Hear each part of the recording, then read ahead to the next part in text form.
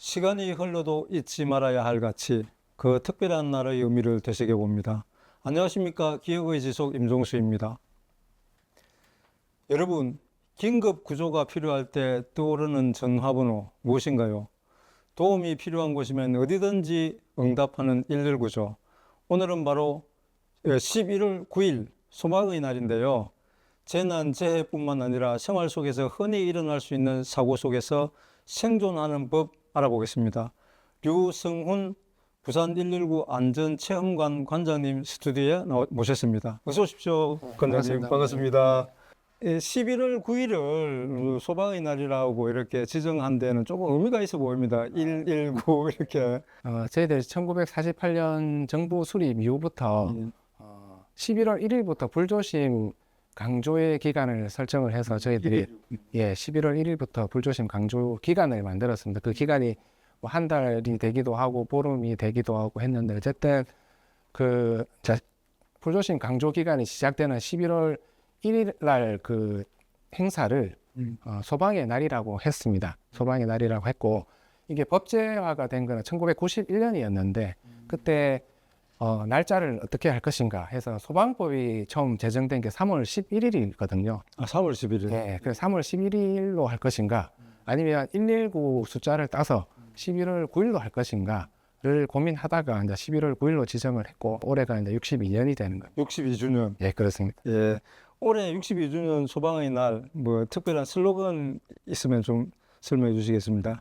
저희들 슬로건이 국민 안전을 지키는 든든한 버팀목 119라고 되어 있습니다. 저도 소방관이기 이전에 국민의 한 사람으로서 어떤 유형의 사고가 나더라도 가장 먼저 생각나는 게 119이거든요. 그래서 국민들께서 언제나 믿고 의지할 수 있는 변함없는 존재가 되겠다는 그런 의미라고 생각을 합니다.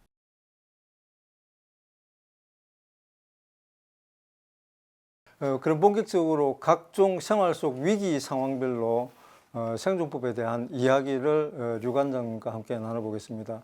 먼저 대표적으로 생활 속 안전사고 어떤 것이 있을까요? 저희들 119로 도움을 요청하는 게 매년 다양해지고 증가하고 있습니다.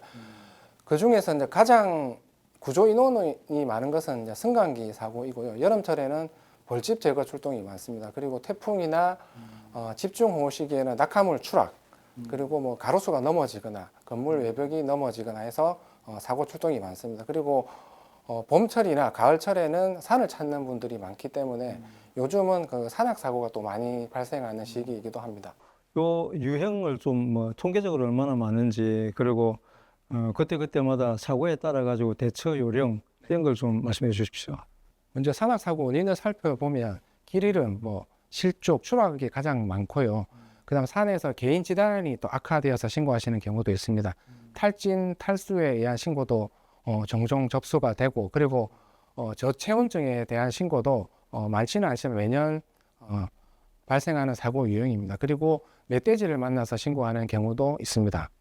이러한 사고 예방을 위해서 첫째 그 등산 코스를 숙지를 하시고 나홀로 산행, 야간 산행 중에 길 잃음 사고가 많이 발생하기 때문에 자제하셔야 되겠습니다. 그리고 나홀로를 자제하라. 예, 그렇습니다. 맞습니다. 둘째, 그 체력에 맞는 그 등반 계획을 수립하시고 준비 운동, 등산화 착용, 정해진 등산로 이용을 당부드리겠습니다. 그리고 음주 산행은 산악 사고의 주요 원인이기 때문에 음주는 꼭 하산하셔서 하실 것을 말씀드리고요.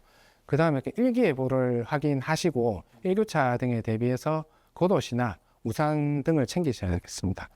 일단 산행사고를 당했다. 그럴 때 저희 가장 먼저 조치를 해야 될 게 뭘까요? 일단 말씀드리고 싶은 거는 사고가 났을 때 혼자 있는 것과 여러 명이 있는 것은 큰 차이가 있습니다. 그렇죠. 대응할 때. 그래서 다시 한번 홀로 산행하시는 것은 자제를 당부드리고요.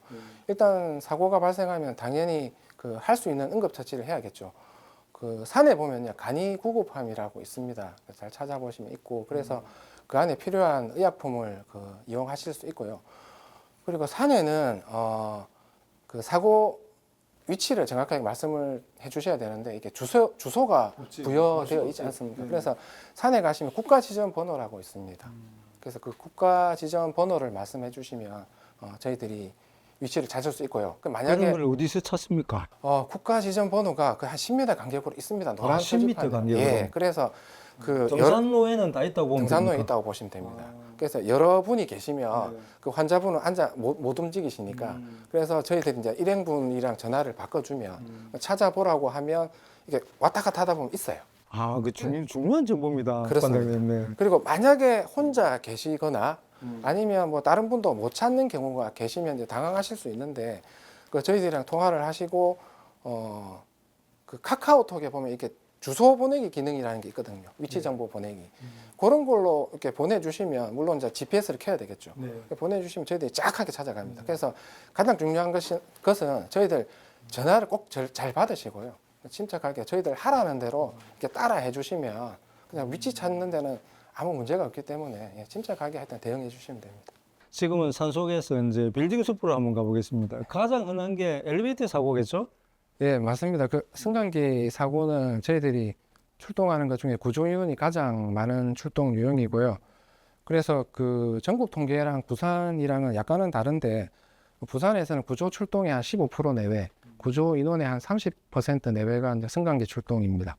이 승강기 제가 얼핏 듣기로 승강기 제작업체로부터 듣기로는 안전장치가 잘 되어 있어가지고 승강기는 영화에처럼 뭐 그 지하 바닥으로 곤두박질 쳐가지고 뭐 사람이 완전히 박살이 나는 경우는 없다. 일정 정도 가면은 또 제2, 제3의 안전줄이 작동을 해가지고 절대 이제 땅바닥에 처박히지는 않는다는 얘기를 하더라고요. 그래서 수직 낙하를 하더라도 살 수 있다. 그렇게 생각을 하라고 하더라고요. 맞습니까? 네, 정확하게 맞습니다. 그 엘리베이터가 이렇게 영화처럼 막 추락하는 일은 없습니다. 예. 그 안전 장치가 이중으로 되어 있기 때문에 그래서 가장 중요한 것은 이렇게 침착함을 유지하시는 거고요. 그래서 간혹 가다가 이게 뭐 폐소 공포증이 있다거나 이런 분들 같은 경우에 뭐 호흡 곤란이 오고 하는 그런 경우가 있기 때문에 가장 중요한 것은 침착함을 유지하시는 거고 이제 도움은 어떻게 받느냐 그 종 모양의 비상 호출 버튼이 있습니다. 그 버튼을 누르시면 관리실이나 아니면 승강기 업체에 연결이 되고요. 아니면 119로 또 전화하셔도 119까지도 연결이 됩니까? 119 전화가 버튼이? 버튼은 아니고요. 그 엘리베이터 안에서 입구 쪽에 하면 조금 더 전화가 잘 되겠죠. 전화를 하시면 그 층 위에 보면 또 승강기 번호가 있어요. 그래서 그 주소로 아시면 말씀해 주셔도 되고 승강기 번호를 이렇게 말씀해 주시면 더 또 정확하게 찾아갈 수 있어요. 그럼 승강기 사고는 이렇게 뭐 추락 사고 외에도 뭐 끼임 사고라든지 특히 요즘은 엘리베이터 말고 그 외에도 또 에스컬레이터에서 사고가 많지 않습니까? 에스컬레이터 사고 유형과 그 원인 그리고 대처 요령 이런 거에 대해서 좀 말씀해 주십시오. 에스컬레이터 사고는 대부분 넘어지거나 미끄러지거나 이렇게 뭔가 끼이는 사고이기 때문에 보통 그 핸드레일을 잡고 노란선 위에 이렇게 서 계시면 안전한데요. 보통 사고가 나는 게 뭐 양손에 물건을 들고 있거나 아니면 뭐 카트를 끌거나 해서 이게 레일을 못 잡았을 때 아까 말씀하신 대로 경기도에서 이게 막 역행한 예. 적도 있고요. 뭐 갑자기 멈추기도 하고 이게 고장 나는 경우가 있기 때문에 그래서 어디 걸리거나 이렇게 넘어져서 옷자락이 끼는 경우도 있지 않겠습니까? 그렇습니다. 옷자락에 끼일 수도 있고 뭐 신발끈이 끼일 수도 있고 아이들 손가락에 끼일 수도 있고요. 뭐 그럴 경우에는 비상 정지 버튼이 최고 밑에랑 최고 위에랑 있습니다. 그리고 중간에 있는 경우도 있고요. 만약에 끼겠다고 생각이 되면 그 도움을 요청하시고 하여튼 그 끝에 계신 분들이 비상 정지 버튼을 눌러 주셔야 되고 그 누를 때도 이게 갑자기 누르게 되면 또 넘어질 수 있기 때문에 네. 그 비상 정지 하겠습니다라고 큰 소리로 말씀을 하시고 눌러 주시면 될 것 같고. 비상정지합니다. 라고 큰 소리 외치고 네, 에스컬레이터 비상 정지 하겠습니다 말씀하시고 이렇게 누르셔야 넘어지지 않고요. 그러니까 혹시 손가락 같은 게 끼었을 때 뭐 억지로 이렇게 빠지면 괜찮은데 억지로 빼려고 하면 이게 또 2차 손상을 입을 수 있기 때문에 그냥 좀 힘드시더라도 그대로 그 상태에서 저희들 도움을 요청하시는 게 좋습니다. 아무래도 겨울철이 다가오다 보니까 관장님 뭐 요즘 아마 화재 경보를 받고 출동하는 사례가 점점 많아지겠죠. 예, 이 불이 났을 때 이 승강기는 절대 이용해서는 안 된다. 거를 제일 먼저 강조를 하는 것 같더라고요. 네, 맞습니다. 아니 근데 사람들은 빨리 피하려고 하면은 계단보다는 승강기를 타고 본능적으로 승강기를 타게 되지 않습니까? 승강기를 타서는 안 되는 이유. 네. 그 이게 뭐 어떻게 보면 확률인데요. 네. 뭐 아무 일 없이 갈 수도 있겠지만 네. 일단 화재가 발생하면 엘리베이터는 그 운행 중에 멈출 확률이 아주 높습니다. 네. 그리고 엘리베이터가 좁지 않습니까? 그래서 좁기 때문에 안에 그 유독가스가 들어오면 아주 또 위험하고요. 그래서 실제 화재 상황에서 엘리베이터 안에 있다가 그 갇혀서 사망했던 그런 사례도 많습니다. 그래서 만약에 그 탑승 중에 그 화재가 발생을 했다 하면 가장 먼저 정지한 층에서 바로 내려서 피난 계단으로 가시는 게 좋고요. 근데 그 다들 뭐 엘리베이터보다 계단이 안전하다고 하는데 사실은 피난 계단 같은 경우에도 그 방화문이 열려 있으면 그 계단실로도 이렇게 유독가스가 들어가거든요. 그래서 그 계단으로 이렇게 피난하다가 또 사망하시는 분도 또 종종 있습니다. 네, 그렇군요. 아니 보통 저희가 이제 불이 났다 하면은 그 일단 화염에 대한 공포가 있고요. 그 다음에 이제 그 연기 때문에 숨쉬기가 어렵고 그 다음에 실제로 이제 저희들은 잘 알지는 못하지만 이제 화재를 지나가는 소방관님들 입장에서 보면은 유독가스를 가장 무서워하시는 것 같더라고요. 그래서 유독가스를 분출하는 그 특수한 재질들이 우리 가정 내에 의외로 많다고 하더라고요. 예. 그래서 유독가스 피해로부터 좀 벗어날 수 있는 뭐 이런 지혜가 있을까요? 그 말씀하신 대로 현대 사회는 가연물들이 되게 다양하기 때문에 유독가스가 이제 다량 이렇게 발생이 되고요.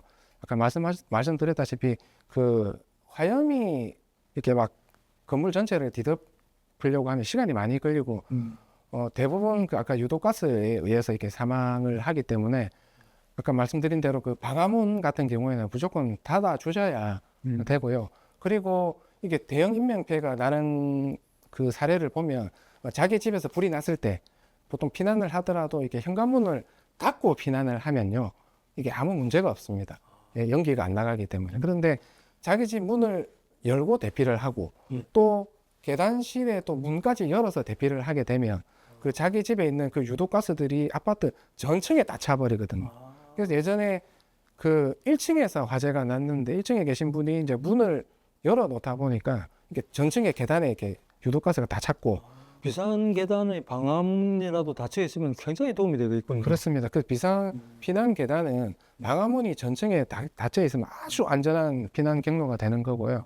이게 하나라도 열려 있어서 이게 유독가스로 오염되면 또 뭐 엘리베이터랑 마찬가지로 위험한 공간이 될 수 있습니다. 그래서 그런 경우에는 집에서 어떻게 보면 대기하시고 집에서 그 연기가 들어오지 않게 유독가스가 유해하니까 뭐 젖은 수건으로 문 틈을 막거나 이렇게 기다리는 게 더 좋을 수도 있습니다. 저희들이 뭐 각종 재난 사고를 이렇게 뭐 맞닥뜨릴 때 보면은 이제 저희 시민으로서 또 충분히 119 대원들에게 도움을 줄 수 있는 행동들이 많지 않겠습니까? 그래서 그런 시민으로서 우리가 제 역할을 할 수 있는 것들이 있을 텐데 이 기회에 한번 시청자분께 한번 말씀해 주십시오. 중요한 것은 그 침착함을 유지하시는 것이고 그리고 저희 이제 소화기를 많이 사용하는데요. 소화기 같은 경우에는 중요한 게 작은 불을 끄는 소화 도구입니다. 그래서 큰 불이라고 생각하시면 이게 그 대피하시는 게 중요합니다. 작은 소화기는 이제 작은 불에 사용하셔야 되는 거라고 이제 좀 강조를 드리고 싶고 소화기 사용할 때는 항상 그 대피로를 충분히 확보하시고 내가 이게 불을 끄다가 실패할 수 있거든요. 그래서 그런 경우가 있고 또 이게 밀폐된 공간에서 이렇게 소화기를 사용하다 보니 분말 때문에 이게 앞이 안 보여서 또 방향을 막 잃어버려서 그 또 막 변을 당하는 그런 경우가 있거든요. 예, 그래서 뭐 사실은 그 실내에서 소화기 사용할 때는 그 마스크를 뭐 사용한다거나 아니면 뭐 보안경까지 있으면 더 좋겠고 예, 그렇게 사용하시면 아마 더 효과적으로 요번에 지난번에 뭐 아리셀 그 2차 전지 맞습니다. 배터리 그 폭발 사고 보니까 이 소화기도 그게 대응 그 효과적인 소화기가 있고 그렇죠. 저는 이제 오히려 화를 부르는 소화기도 있고 네네네, 맞습니다. 때로는 뭐 보통 불을 끌 때는 물을 생각하는데 물을 뿌리면 더 큰 피해를 당할 수 있는 경우도 있더라고요. 그렇죠. 지금 배터리 같은 경우에는 뭐 적응성 있는 소화기가 아직까지 뭐 국내에 없는 실정이고, 말씀하신 대로 예를 들어서 뭐 식용유 화재인데 분말 소화기를 쓴다거나 하면 이게 꺼지지 않거든요. 그래서 식용유 화재는 뭐 일반 우리 ABC 소화기가 아니고 뭐 K급 소화기로 사용을 해야 이게 그 식용유가 그냥 가열하고 이렇게 음식물을 넣지 않으면 이게 몇 분 지나면 그냥 불이 붙거든요. 근데 이게 안에 온도가 400도 이상이 돼요. 400도 이상이 되기 때문에 예, 분말 소화기로 아무리 꺼도 다시 재발합니다. 그래서 이제 K급 소화기를 꺼야 이게 냉각도 하고 이게 막을 형성해서 산소도 차단을 하고 하기 때문에 말씀하신 대로 이제 소화기도 아무거나 끄는 게 아니고 자기 그 맞는 가연물이 있거든요. 그래서 그 맞게 하시는 게 저희들이 이제 심폐소생술 또 이제 중요하게 이제 위기에 빠져 있는 사람들에게 도움을 줄 수 있는 큰 방안인데요. 이 지점에서 우리 119 안전체험관에서 수없이 많은 이제 체험하러 온 학생들이나 시민들을 위해서 보여주는 영상이 있겠죠. 올바른 심폐소생술 방법. 그걸 한번 같이 보실까요? 네네. 예. 자, 쓰러진 사람 만났을 때는 먼저 의식 확인을 해봅니다. 환자분 괜찮습니까? 환자분 괜찮아요? 의식 확인을 하고 의식이 없을 시에는 호흡 유무를 관찰합니다. 호흡 확인은 가슴과 복부를 관찰하며 호흡 유무를 관찰해 줍니다. 가슴 압박은 가슴 정중앙 부위를 깍지를 낀 손을 올리고 팔을 곧게 펴서 위에서 아래로 5cm 압박해 줍니다. 하나, 둘, 셋, 넷, 다섯, 여섯, 일곱.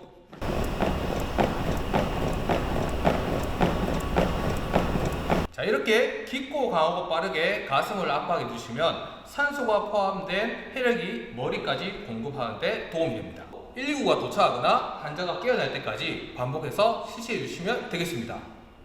예, 거의 그 가슴 이 갈비뼈가 심장에 닿여가지고 심장이 터질 것 같은 그런 느낌이 들 정도로 강하게 압박을 가하네요. 저런 경우에 드라마에서도 그런 얘기 나옵니다만은 환자의 갈비뼈가 부러져도 좋으니 세게 힘껏 눌러야 도움이 된다 이런 얘기를 하거든요. 근데 일반인들이 그렇게 따라가지고 하기는 쉽지는 않거든요. 그 일반인들이 걱정하는 거를 생각을 한 두 가지 정도로 해서 내가 심폐소생술을 했다가 그 환자가 잘못되었을 때의 그 법적인 책임 문제, 그리고 내가 잘못 심폐소생술을 했을 때 이 환자가 잘못되지 않을까 하는 그 도덕적인 문제 두 개를 구분해서 말씀을 드리면, 첫 번째는 우리 119 구조구급에 관한 법률과 응급의료에 관한 법률에서 이런 심폐소생술을 하다가 환자가 사상을 입었을 때 그 형을 감면하는 그런 규정이 있습니다. 면제가 아니고 감면되죠. 예, 감면입니다.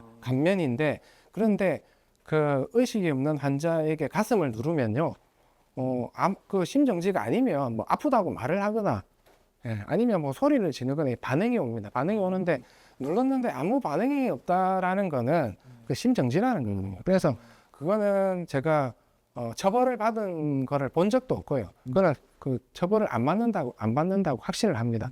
그리고 아까 도덕적인 문제를 말씀을 드리면, 이게 사실 한 5cm 정도를 누르면 그 흉골과 늑골이 분리되면서 우두둑 소리가 납니다. 그 우두둑 소리가 나는 거는 심폐소생술을 하면서 아주 자연스러운 그런 현상이고, 예.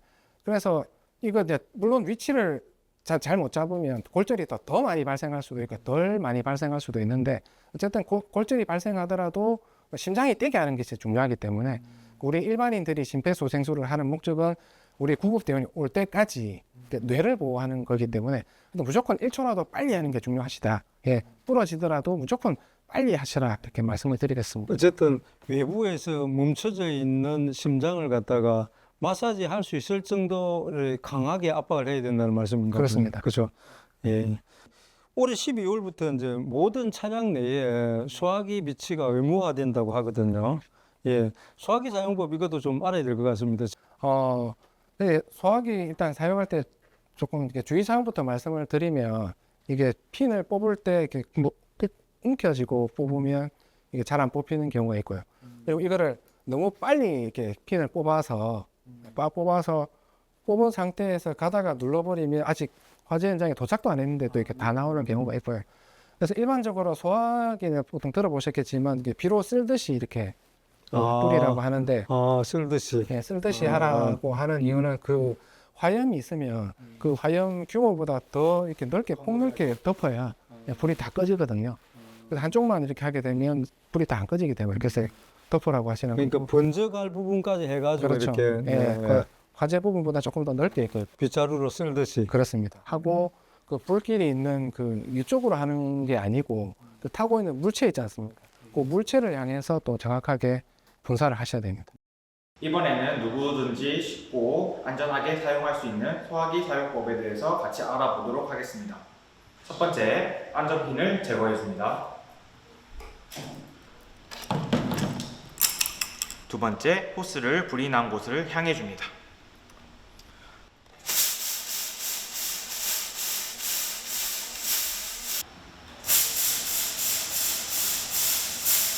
네, 옥내 소화전에 대해서 말씀드리겠습니다. 자, 옥내 소화전은 여러분들이 거주하시는 아파트에서도 손쉽게 볼 수 있는 장비인데요. 우리가 불이 났을 때 불을 끌 수 있는 장비라고 생각하시면 됩니다. 자, 여기 먼저 위에 보시면요, 발신기라고 나와 있죠. 자, 요즘에는 아파트가 모두 고층이 많기 때문에요. 만약에 7층에서 불이 났을 때 고층에 있는 30층이나 그 위에 있는 사람들이 불이 났다는 사실을 알려면은 꽤 오랜 시간이 걸립니다. 그렇기 때문에 만약에 화재가 발생하게 되면은 맨 먼저 발신기 버튼을 먼저 눌러서 사람들을 먼저 대피시키는 게 먼저입니다. 자, 제가 시범을 보여드리겠습니다.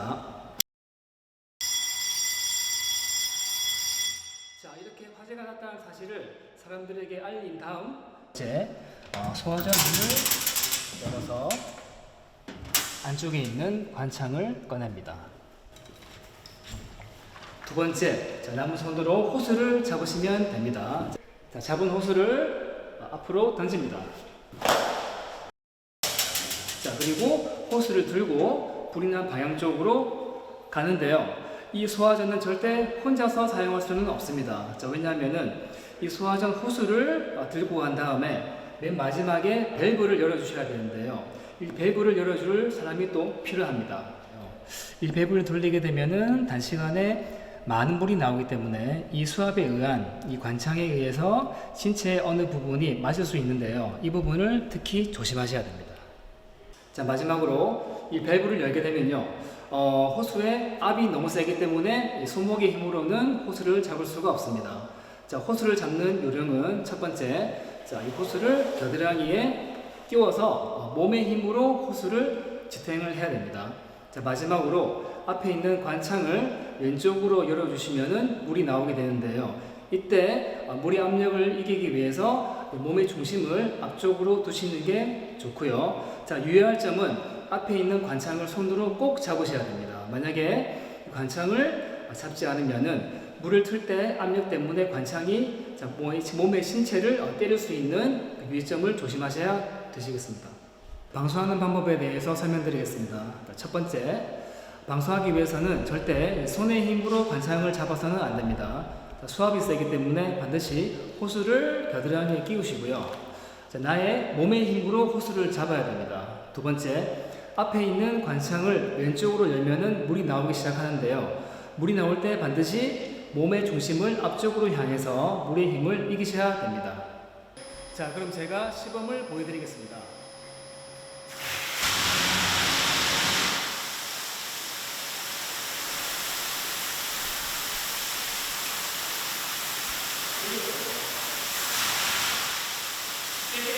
저희들이 이제 TV 뉴스를 보면은 뭐 모세의 기적 이런 얘기를 종종 하면서 미담 사례로 얘기를 하는데요. 보통 뭐 응급 환자를 싣고 가다가 갑자기 도로가 꽉 막혀 있는데 뒤에서 이제 소방서 소리가 사이렌 소리가 들리고 그 이제 꽉 막혔던 도로가 뭐 쫙 이렇게 길이 트지면서 이렇게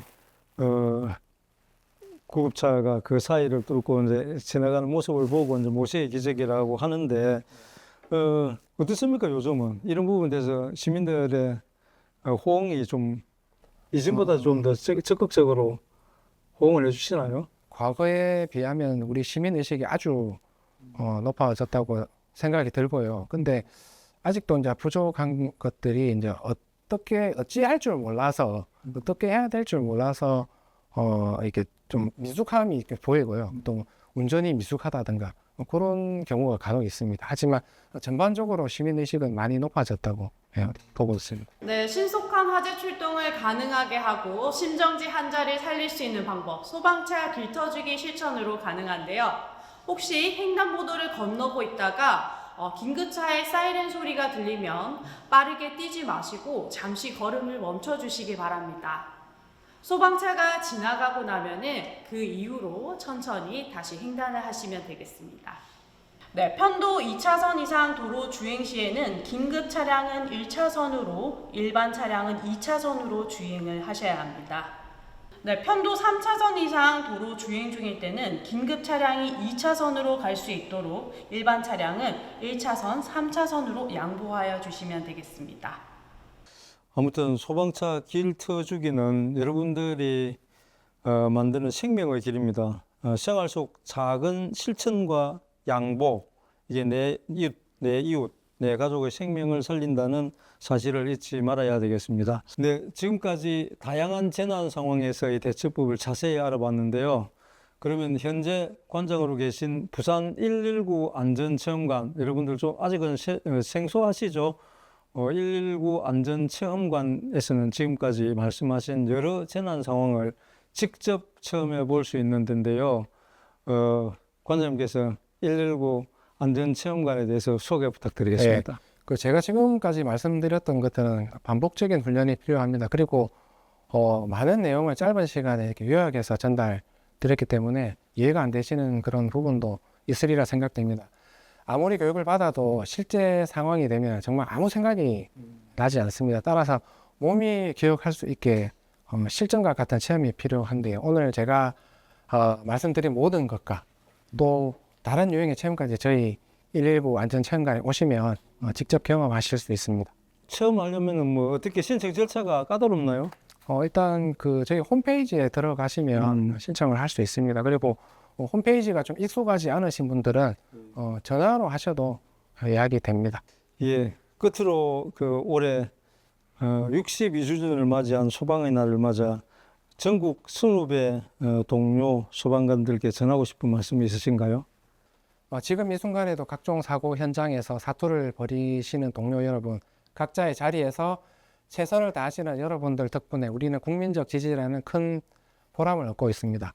119로 도움을 요청하시는 분들은 나 자신이 될 수도 있고 우리 가족이 될 수도 있습니다. 물론 출동이 많아서 몸과 마음이 지친다는 걸 알고 있습니다. 하지만 시민들에게 더 큰 위로가 되는 소방이 되기 위해 같이 노력했으면 좋겠고 시민의 한 사람으로서 여러분께 감사드립니다.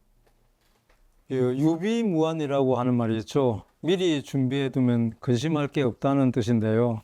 예고 없이 찾아오는 안전사고 역시 미리 준비하고 예방하는 것이 최선인 것 같습니다. 오늘 말씀 감사합니다. 오늘은 소방의 날을 맞아 이야기 나눠봤는데요. 끝으로 각종 사고가 발생하면 가장 먼저 현장으로 뛰어드는 전국의 모든 소방관의 헌신에 존경과 감사를 표시하면서 기억의 지속 여기서 마칩니다. 시청해 주셔서 감사합니다.